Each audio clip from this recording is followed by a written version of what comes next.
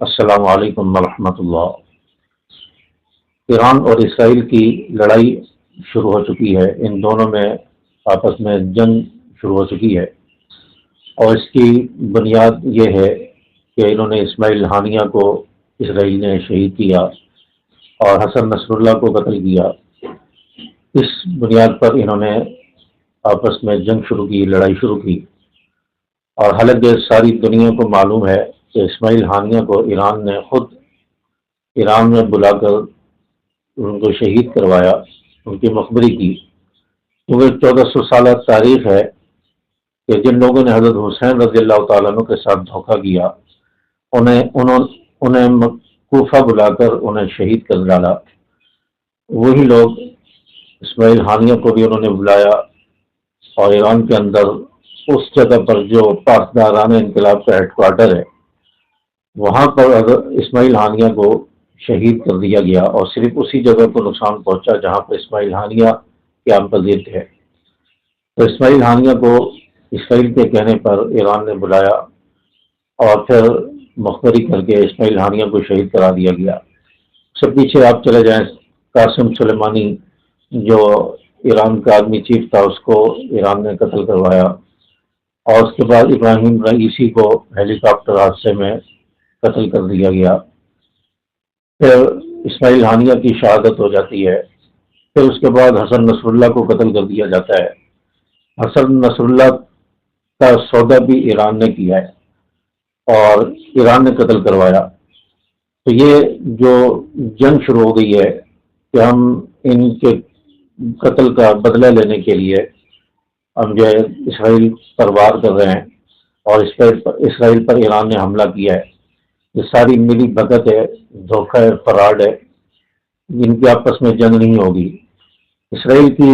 فلسطین پر یلغار، غزہ پر جارحیت کو 1 سال مکمل ہو چکا ہے۔ اسرائیل کامیاب نہیں ہوا، اسرائیل ناکام ہو گیا ہے، اسرائیل کو کامیابی نہیں ملی۔ تو اسرائیل کو جب وہاں ناکامی ہوئی ہے، تو اب یہ ایران اور اسرائیل مل کر اس جنگ کو مزید پھیلانا چاہتے ہیں دوسرے ملکوں کے اندر، دوسرے اسلامی ممالک کے اندر، تاکہ تمام مسلمان جو ہے وہ عدم تحفظ کا شکار رہیں، پریشان رہیں، اور مسلمان ممالک کو غیر محفوظ کیا جائے۔ تو یہی وجہ ہے کہ آپ نے نیوز میں بھی سنا ہوگا کہ اسرائیل نے اپنی فوجیں لبنان میں داخل کر دی ہیں، شام میں داخل کر دی ہیں، عراق میں داخل کر دی ہیں، یمن میں داخل کر دی ہیں، فلاں ملک میں اسرائیل کی فوجیں چلی گئی ہیں، پاکستان میں بھی داخل کرنے کی، اور پاکستان کی بھی، بلوچستان کی بھی بات ہو رہی ہے۔ تو